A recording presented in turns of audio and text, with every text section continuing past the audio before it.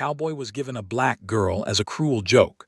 She became his happiness. The oil lamp flickered over the worn poker table at Murphy's saloon. Smoke hung thick in the air as cowhands and townspeople pressed closer to watch the game. 5 men sat around the green felt, but only 2 mattered now. Ezekiel Merriweather studied his cards with the same calm he used to gentle wild horses. The quiet cowboy had surprised everyone tonight. His steady hands and honest face had won him more money than he'd seen in months. Across the table, Cyrus Crenshaw's confident smile had long since faded. Crenshaw was known throughout Bitter Creek for his silver tongue and sharp dealing. Land speculation had made him wealthy, but tonight his luck had turned sour. Sweat beaded on his forehead as he counted his remaining chips. The pile looked pathetically small. Zeke laid down 2 pairs and waited. The saloon fell silent except for the tick of the wall clock. Crenshaw's face darkened as he threw his cards down in disgust. The pot held more money than Zeke made in 3 months of hard riding. Crenshaw reached for his wallet, then stopped. His fingers drummed the table as his mind worked. "Well now, seems I'm a bit short on cash." Crenshaw's voice carried across the quiet room. "But I got something else might interest you." Zeke shifted uncomfortably. He wanted his winnings and to get out of there. Gambling wasn't his nature, but desperation had driven him to the table tonight. His horse had gone lame and he needed money for a new mount. "I got me a colored gal down in San Antonio, real educated type. Can read and write better than most folks in this room." Crenshaw's eyes glittered with malice. "She's worth more than what's in that pot." The room erupted in cruel laughter. Men slapped their knees and elbowed each other. Someone whistled low. Another called out encouragement to take the deal. Zeke's stomach turned. This wasn't what he'd signed up for. He glanced around the room at the eager faces surrounding him. Every eye was fixed on him, waiting for his answer. The social pressure pressed down like a physical weight. "I don't know about this, Crenshaw. Come now, Merriweather, a deal's a deal. You won fair and square." Crenshaw leaned back in his chair. "Unless you're too yellow to collect your winnings." The challenge hung in the air. In a place like Bitter Creek, backing down from a wager meant losing respect. Zeke looked at the money on the table, then at the expectant faces around him. His conscience warred with necessity and social expectation. "All right," he said quietly. "One hand for it all." He won. The next morning, Zeke waited by the stagecoach depot with growing dread, wondering what he'd gotten himself into. The stagecoach rolled into Bitter Creek at 9:30, dust swirling behind its wheels. Zeke stood beside the depot, his hat pulled low against the morning sun. His hands trembled slightly as he watched the driver climb down and begin unloading bags. The door opened. A woman stepped out with careful dignity. She was nothing like what the saloon crowd had expected. Her dress was simple but well-maintained, her posture straight and proud. Intelligence sparkled in her dark eyes as she surveyed the small crowd that had gathered to gawk. She carried herself like someone accustomed to respect, not someone who could be owned. "You Merriweather?" The stagecoach driver consulted a piece of paper. Zeke nodded, unable to find his voice. "This here's Tessa Jameson, paid passage from San Antonio." The driver handed over a small traveling bag. "Good luck to you both." Tessa looked directly at Zeke. No fear showed in her expression, only careful assessment. She was taking his measure just as thoroughly as he was taking hers. "I suppose you're my new circumstances," she said quietly. The words hit Zeke like a punch to the gut. This wasn't some broken soul grateful for rescue. This was an educated woman forced into an impossible situation through no fault of her own. "Ma'am, he cleared his throat. "This ain't what I intended." Several townspeople had gathered to witness the spectacle. Mrs. Henderson from the general store whispered behind her hand to her neighbor. 2 cowboys from the Lazy J ranch nudged each other and snickered. Word traveled fast in Bitter Creek. Sheriff Duncan Coughlin emerged from his office across the street. The grizzled lawman had seen 40 years on the frontier and thought he'd witnessed every kind of human folly. He leaned against a post and watched the proceedings with detached interest. Legal or not, it wasn't his concern unless someone caused trouble. "We should get moving," Zeke said. They walked through town toward his small cabin. Tessa maintained her composure despite the stares and whispers that followed them. Children peeked around their mothers' skirts. Men paused their work to watch them pass. The weight of judgment pressed down from every direction. Zeke's cabin sat at the edge of town, modest but clean. He'd built it himself 3 years back when he decided to settle in Bitter Creek.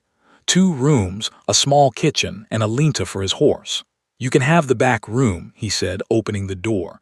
"I'll sleep out here by the stove." Tessa stepped inside and looked around. The cabin was spartanly furnished but tidy.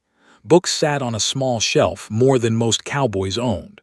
A Bible rested on the kitchen table beside a half-finished letter. "You read," she observed. "Some. My mother insisted on schooling before she passed."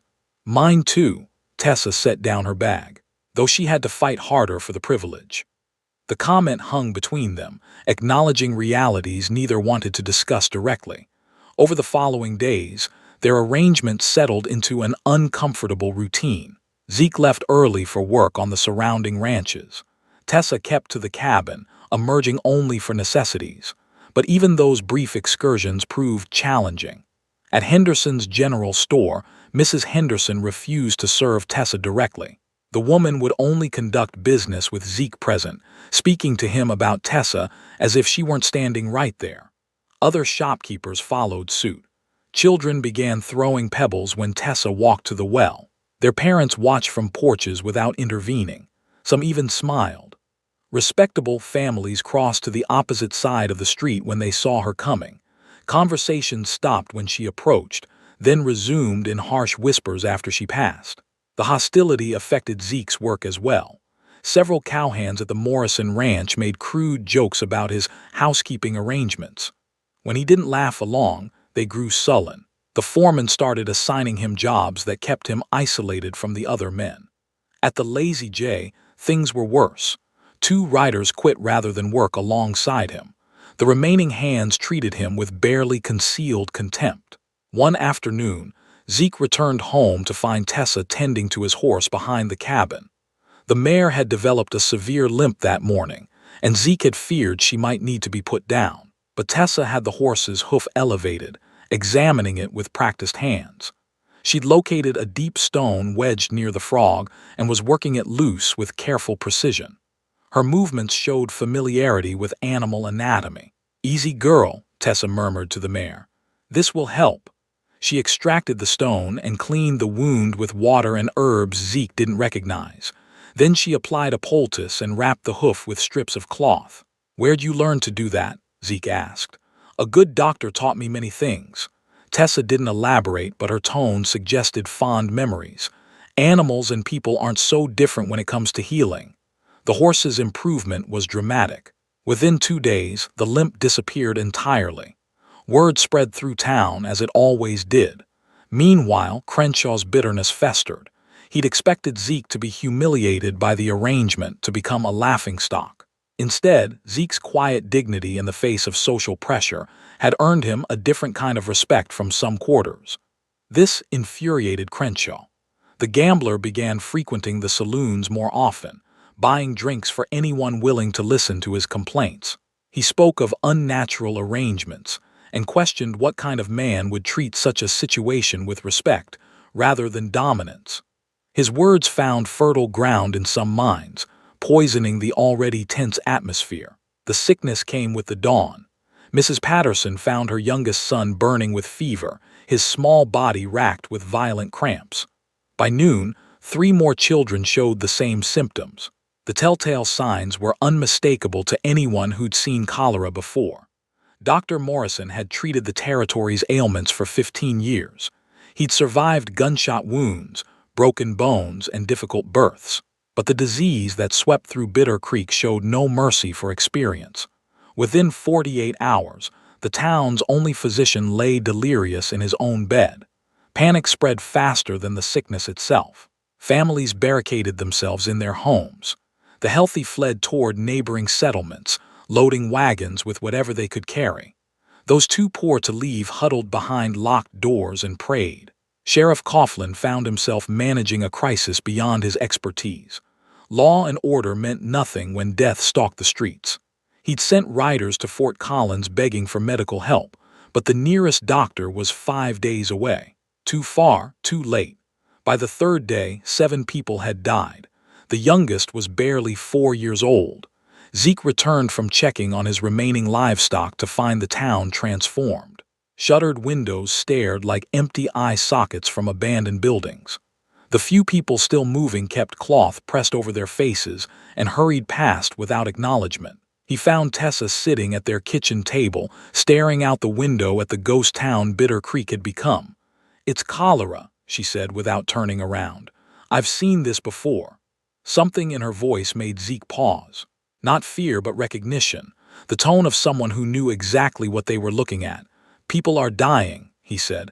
"More will die without proper treatment." Tessa stood and began pacing the small room. Her composed mask had slipped, revealing an inner turmoil. The symptoms progressed predictably. First the fever and cramping, then severe dehydration. Most die within days without intervention. "You sound like you know medicine."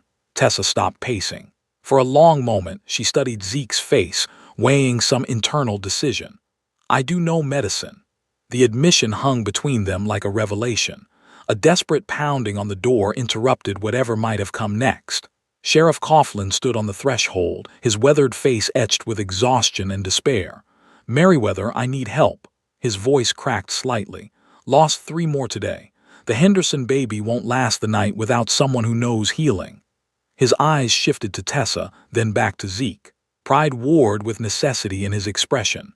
"Heard tell your woman knows about horses and such. Animals, people, sickness works the same sometimes." Tessa stepped forward.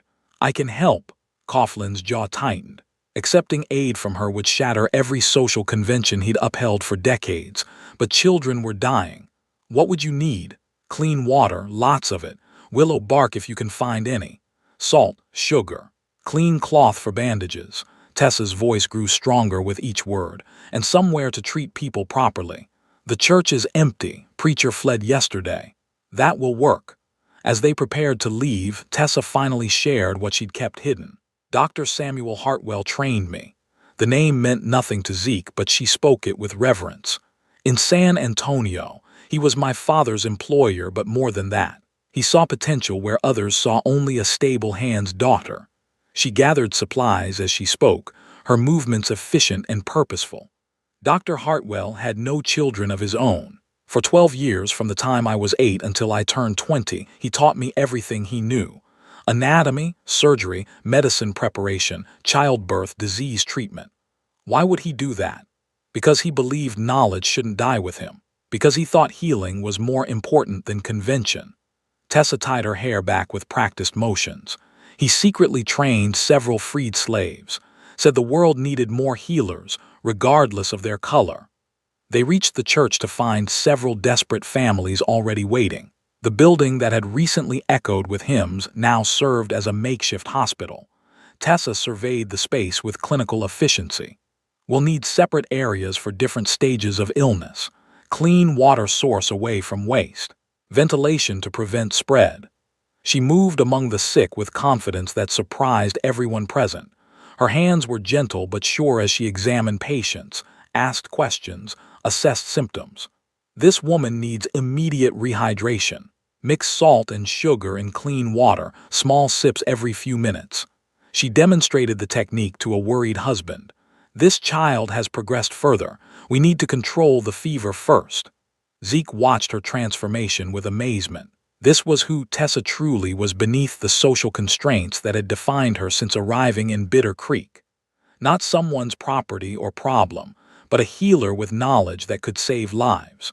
"You mentioned seeing cholera before," he said during a brief quiet moment.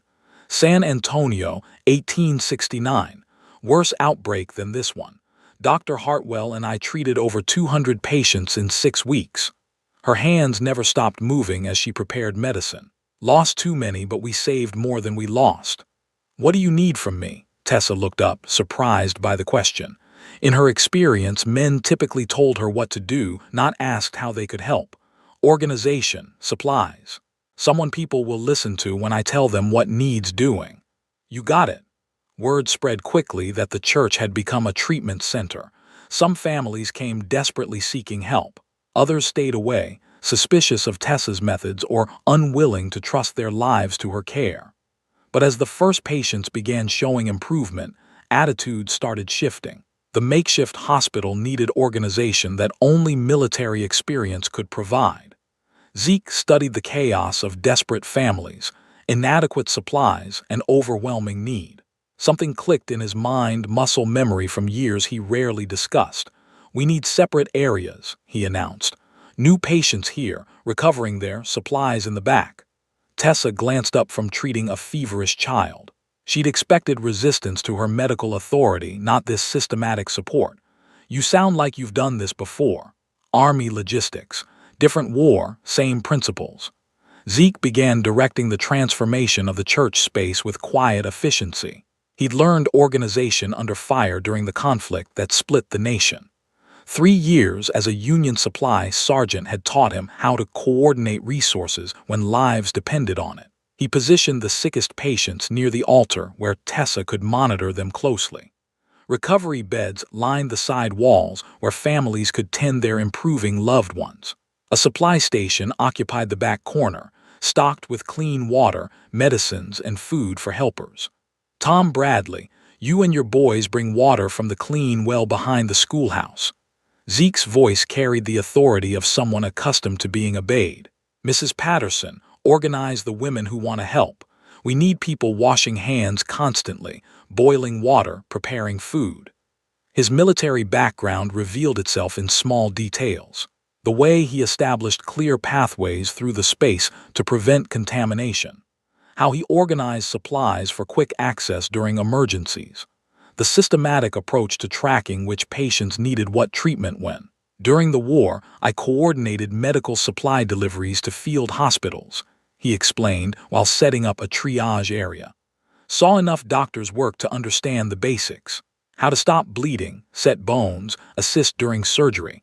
You never mentioned military service. Most folks around here fought for the other side. Easier to keep quiet about it." Tessa worked with renewed energy, knowing someone understood the medical process. When she called for specific supplies, Zeke anticipated her needs. When patients required immediate attention, he managed the waiting families with calm authority. The Henderson baby, who'd been near death when they started, began showing signs of improvement. Her fever broke on the second day. Her mother wept with relief as the child took her first solid food in nearly a week. Word of their success spread through the remaining population. More families arrived seeking help. Some came reluctantly, prejudice warring with desperation. Others arrived grateful for any chance at survival. Sheriff Coughlin became a frequent presence, initially checking for trouble but staying to help. The crisis had stripped away social pretenses, revealing character beneath convention.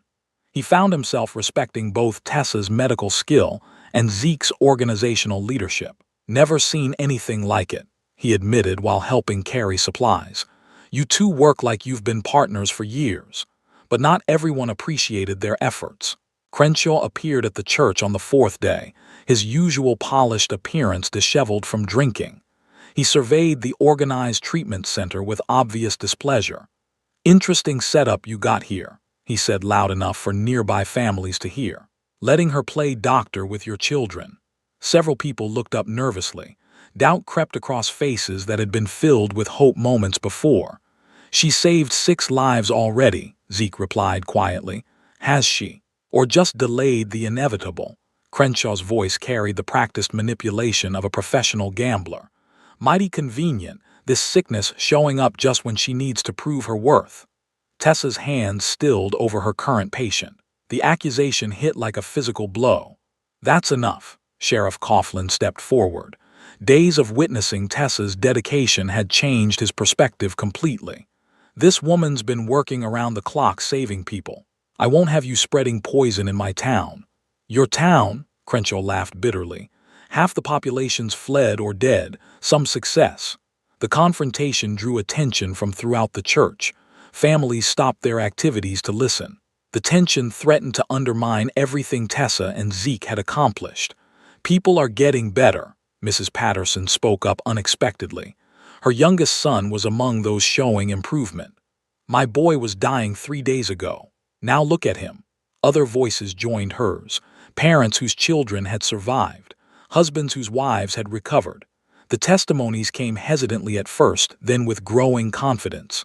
Crenshaw's expression darkened as he realized his manipulation was failing. These people had witnessed Tessa's healing work firsthand. Their gratitude outweighed their prejudices. "This isn't over," he muttered, then left. By the end of the first week, the crisis had clearly turned. New cases slowed to a trickle. Recovery rates exceeded anything they'd hoped for. The church that had been filled with desperation now hummed with quiet hope. Zeke found himself changed by the experience. For years, he drifted from job to job, never finding real purpose. Now he discovered something worth dedicating himself to. Helping Tessa heal people gave his life meaning beyond mere survival. Tessa noticed the change in him. The quiet cowboy had revealed unexpected depths during the crisis. His organizational skills and natural leadership had made her medical knowledge far more effective than it could have been alone. "We make a good team," she said during a brief rest. "Better than I expected when this started." Late at night, when the patients slept and volunteers had gone home, they would sit together planning the next day's treatments. Two people who'd been thrown together by cruelty had found something neither had expected. But Zeke had begun noticing troubling details about how the outbreak started. Questions that needed answers before the crisis truly ended. The pattern bothered Zeke more each day. Cholera didn't strike randomly like lightning or wildfire. It followed water sources, trade routes, places where infected materials gathered. But Bitter Creek's outbreak had started in scattered locations with no obvious connection. He'd learned enough about disease during the war to recognize inconsistencies. The first cases appeared simultaneously in 3 different neighborhoods. No shared well, no common gathering place, no logical explanation for the spread pattern.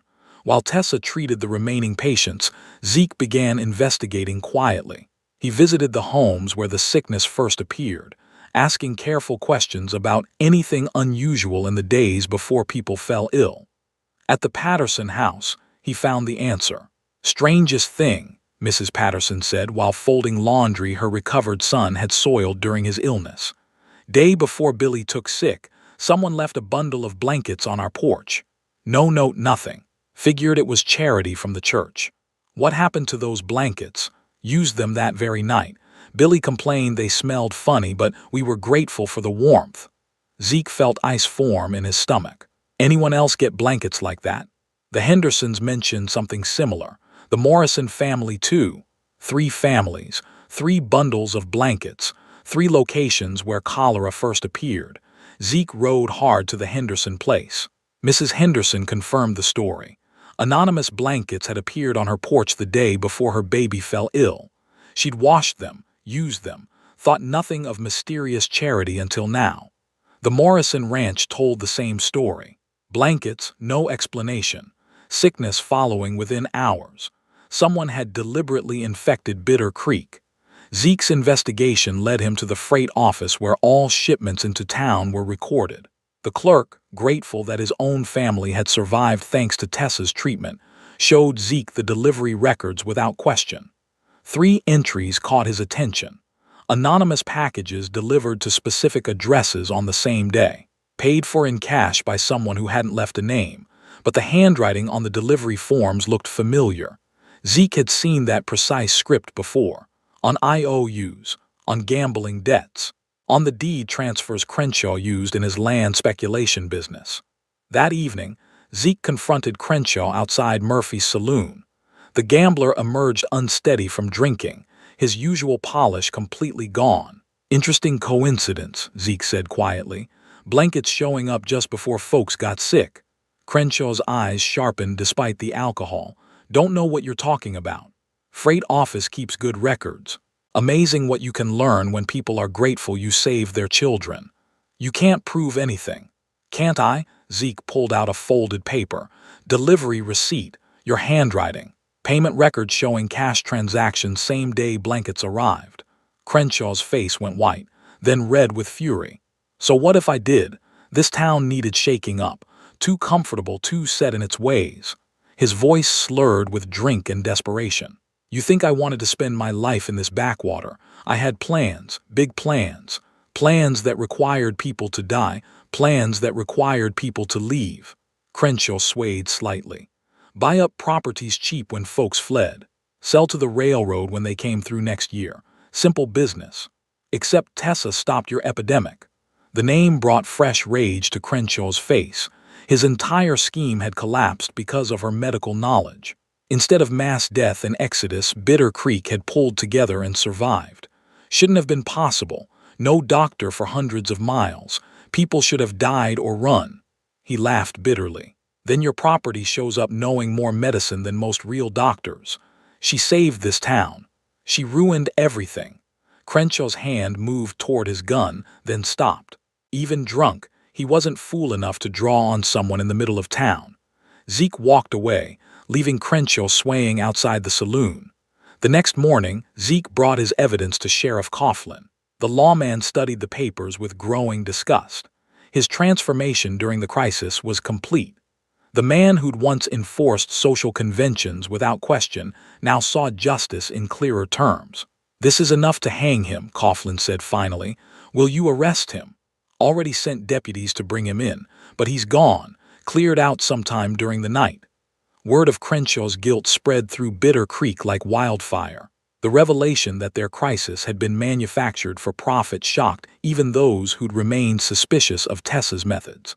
But Crenshaw had one final card to play. He returned 2 days later with a small group of armed men from neighboring towns. Men who knew nothing of Tessa's healing work or Zeke's investigation. Men who'd been told that Bitter Creek was harboring dangerous criminals. "That woman brought disease to your town," Crenshaw announced from horseback in the main street. "Used witchcraft and poison to make herself look like a healer, and that man helped her do it." Several townspeople emerged from buildings, confused by the accusations. The strangers with Crenshaw looked ready for violence, convinced they were confronting dangerous criminals. "She saved us," Mrs. Patterson called out. "Lies," Crenshaw shouted back. "She caused the sickness, then pretended to cure it. Classic con game, you've all been fooled." The moment balanced on a knife's edge. Armed strangers believed they faced criminals. Townspeople knew they faced their saviors. Sheriff Coughlin stood in the middle, his hand resting on his gun. The town's choice would determine everything. Sheriff Coughlin stepped forward, his weathered face calm despite the tension crackling through the street.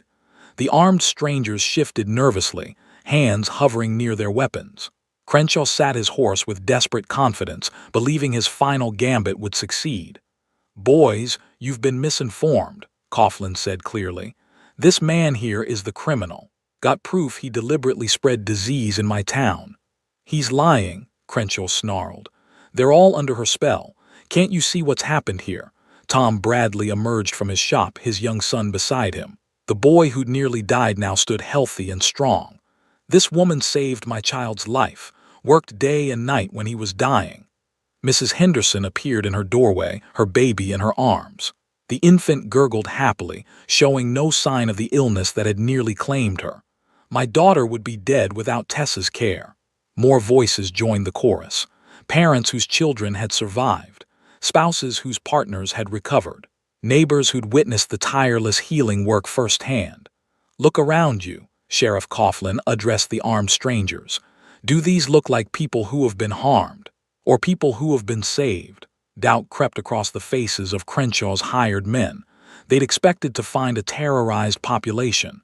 Instead, they saw grateful families defending their healers. "Show them the evidence," Zeke said quietly. Coughlin pulled out the freight receipts and delivery records. This man paid to have infected blankets delivered to specific homes, started the outbreak for his own profit. The lead stranger studied the papers. His expression hardened as he understood the implications. "You telling us this fellow used us to cover up murder?" "Mass murder," Coughlin confirmed. "Would have succeeded too if not for these two." Crenshaw's desperation boiled over. "You can't believe them over me. I'm a respectable businessman. They're nothing but a broken-down cowboy and his property." The words rang hollow against the mountain of evidence and testimony. Even his hired men began backing away, unwilling to associate with someone who'd poison an entire town for money. "Cyrus Crenshaw, you're under arrest for attempted murder, conspiracy, and public endangerment," Sheriff Coughlin announced. Crenshaw reached for his gun. 3 of his own men drew faster, unwilling to let him make them accessories to more violence. The would-be land speculator found himself looking down multiple barrels. "Don't make this worse," the lead stranger advised. "You've dug a deep enough hole already." The arrest happened without gunfire. Crenshaw's grand scheme collapsed as completely as his cholera plot had failed. Within an hour, he was locked in the town jail awaiting trial. That evening, the town council convened an emergency meeting. The crisis had changed Bitter Creek's leadership as much as its people. Men who'd once enforced rigid social hierarchies now faced new realities. "We need a permanent medical practitioner," Councilman Morrison announced. "Someone who knows healing and has proven themselves under pressure." "I nominate Tessa Jameson," Sheriff Coughlin said without hesitation. "Best qualified person in 300 miles. The vote was unanimous. Zeke found himself appointed as deputy sheriff and medical assistant. His organizational skills and natural authority had impressed everyone during the crisis. The town needed leaders who could handle emergencies with competence and courage. 3 months later, Bitter Creek looked like a different place. The church had been converted permanently into a medical clinic. Tessa's practice thrived as word spread throughout the territory. People traveled days for treatment from the skilled healer who'd stopped a cholera epidemic. She'd started a small medical school, teaching basic health care to local women. Knowledge that had once been restricted now spread freely to anyone willing to learn. Zeke managed the clinic's operations and served as deputy sheriff. His military experience proved invaluable for both roles. The quiet cowboy had found his true calling in service to others. The integration happened gradually, but inevitably. Children who'd been saved by Tessa's medicine didn't see color in their healer, only caring hands that had eased their pain. Their parents followed suit. Murphy's saloon still hosted poker games, but the cruel laughter had been replaced by respectful conversation. The same room where Tessa's fate had been decided as a joke now welcomed her as an honored member of the community. 6 months after Crenshaw's arrest, Bitter Creek celebrated its first integrated harvest festival. Families of all backgrounds shared food, music, and stories. The divisions that had once seemed permanent proved temporary when faced with shared humanity. Tessa and Zeke sat on the clinic porch, watching children play together in the street. The cruel joke that had brought them together had become the foundation of genuine happiness and community transformation. "Never imagined it would turn out like this," Zeke said. "The best outcomes rarely match our expectations," Tessa replied. The sunset painted the sky in shades of gold and crimson. In the distance, new families were arriving to settle in a town known throughout the territory for its medical care and welcoming spirit. Bitter Creek had found its soul through crisis and emerged stronger. And that is all to the story, for now. Please let me know where you are tuning in from. Perhaps we will create a story there. Consider liking this video and subscribing to our channel. And if you enjoy our content, click this video on your screen. I promise you it's worth watching. See you tomorrow.